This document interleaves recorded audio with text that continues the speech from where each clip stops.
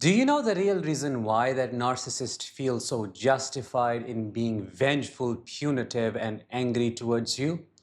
Because they feel robbed, they feel duped and mobbed by you. Even though that is not the truth, but they feel you have deceived them in the most unimaginable ways possible. How so? How can they think this way? Let's find out in today's episode. I'm Danish, a narcissistic abuse recovery professional. The topic for today's episode is 5 ways a narcissist feels you have duped them. I'm going to share a lot of personal experiences, so stay until the very end because you are going to understand how a narcissist thinks, views the relationship, and why it is purely transactional. Before we get started with number one, a quick announcement. I am doing an online event on how to raise your children properly when dealing with a narcissist. If you want to turn your children into healthy adults and undo the damage caused by the other parent, you may want to enroll at an early bird price by clicking the I button above or the link in the description of this episode. Number one, that narcissist sees you as a failed investment. What does that mean? That means every penny the narcissist spent on you was spent with an intention of getting back the returns plus interest, 10xing their investment. You see, they do not spend on their children, their spouse, or anybody who is really close to them open heartedly. They don't do it because they're supposed to do it. That's what you do with the money. You make your life and others' life easier.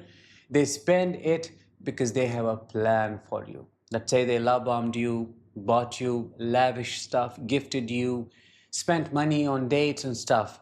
Their idea of return was once you are in the relationship, they are going to financially abuse you. They are going to take every penny back plus the money you work so hard for. That is their selfish interest.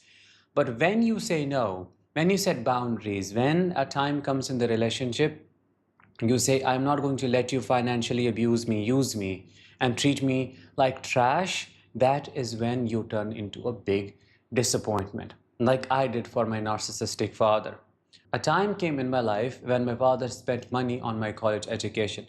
The same person who would not even spend a dime to, let's say, get me some shoes or get me some clothes. He was a miser, always loved to hoard money, earn it, but hide it from us.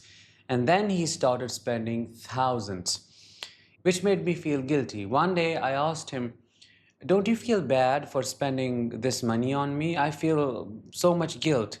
With a smirk on his face, he goes on to say, don't worry about that. It's like I'm giving you a loan. I'm going to get it back with interest. He said, you're like my bank account. I am putting money in it because whatever I am putting in, I'm going to get it back.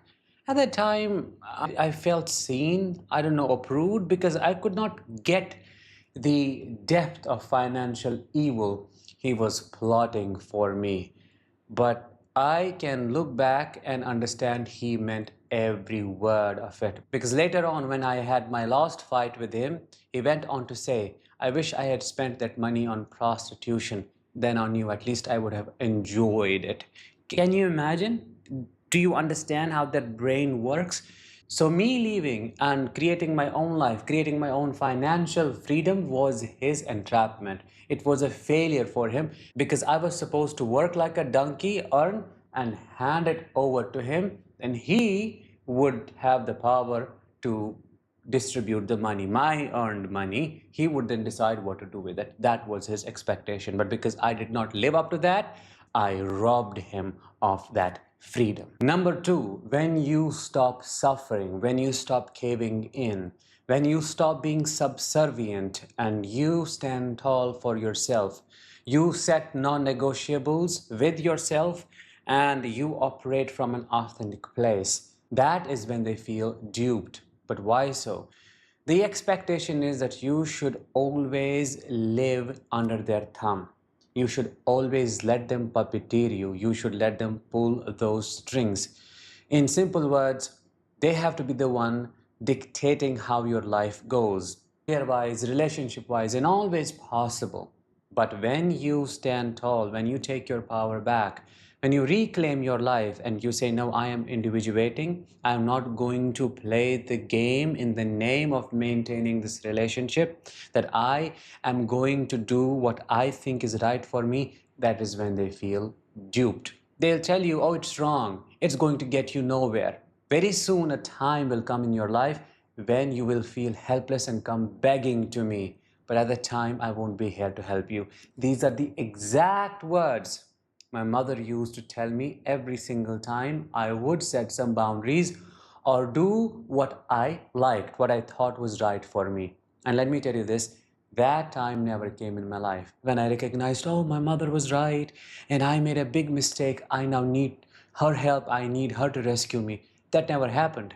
She terrorized me intentionally because she wanted me to be a failure. When you stop being a failure, when you go against that grooming, that brainwashing, that programming you were subjected to, when you rewire your brain and take total control back of your life, of your choices, everything that happens in your life, and you become the center of it, you become a disappointment for them. They feel deceived and they feel their expectations were not met and they see you as a big betrayer. Number three, when you do not do their bidding, when you do not enable their image, as a partner or as a child of a narcissist, you are seen as an extension. You have only one role to play in their life, and that is to enable their narcissistic image, the image they have projected to the world at large.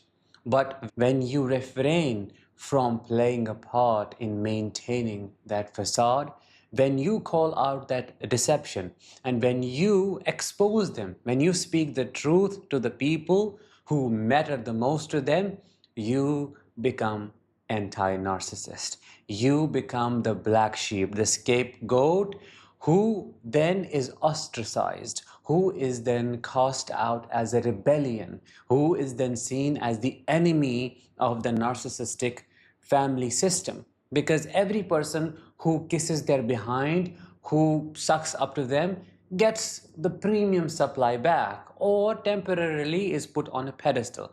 But when you remain true to yourself and recognize fake for fake, that is when you become the light bearer, the torch bearer, the cycle breaker, and they attack you in a group, like a group of wolves. They come after your life. They do not care about what you feel, how it impacts you, your own brothers, your sisters, your partner, your parents. They turn against you, they turn on you, and then they get a lot of people in their team by running a massive revenge campaign against you. The reason being, oh, he or she just turned out to be a disobedient child. Oh, this partner of mine, I can't tell you how destructive they are by nature. Look what they did to me. Look what they did to my life. That is what they run with, and that is what they spread around. Number four, when you find a reliable support system for you, that could be the next partner, that could be your own partner if you are a child of a narcissistic parent. They feel duped, they feel deceived, most importantly, they feel replaced. Why? Well, they upheld their position in your life. They self-gaslit and believed they were the most important one. Without their presence, without their involvement in your life, it's going to fall apart. But when they see you moving on with a healthy person, when you find a partner for yourself and the choice is not influenced by your narcissistic parents or that narcissistic partner in any way, and you get treated well, you get supported well, they see you grow, that is when they actually feel a lot of shame. But they process it as your betrayal. Oh, yeah, we know you have so and so in your life. Now you don't need us, do you? This is exactly what my narcissistic mother did when I found my support system out of my narcissistic family.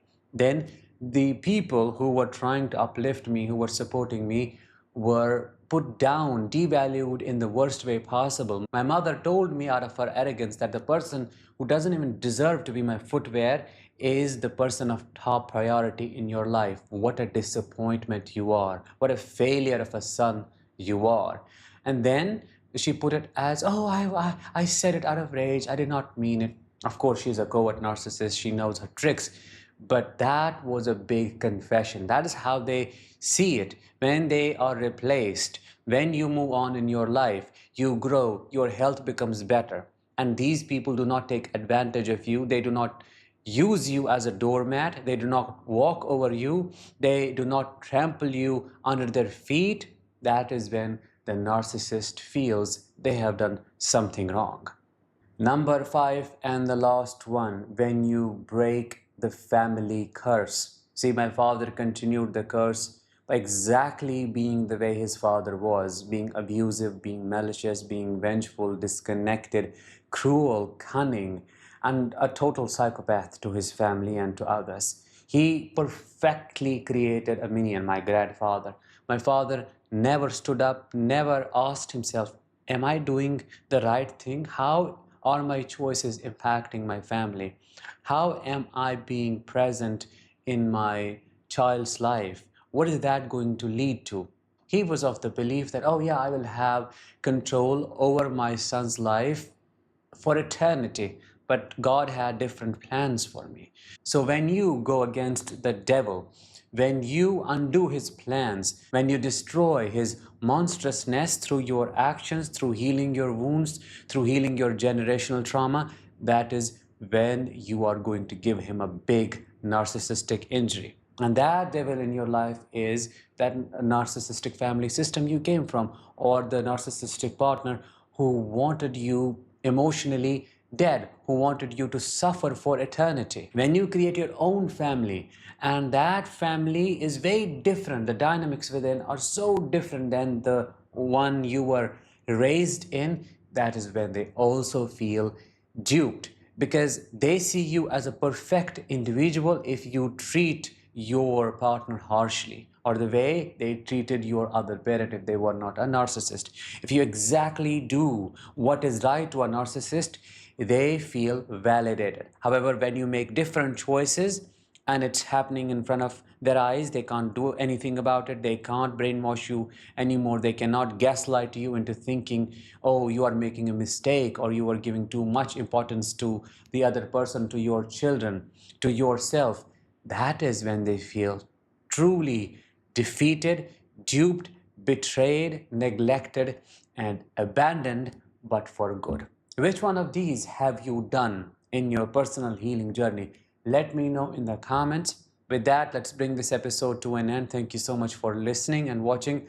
I will talk to you in the next one. Until then, as always, let the healing begin and continue.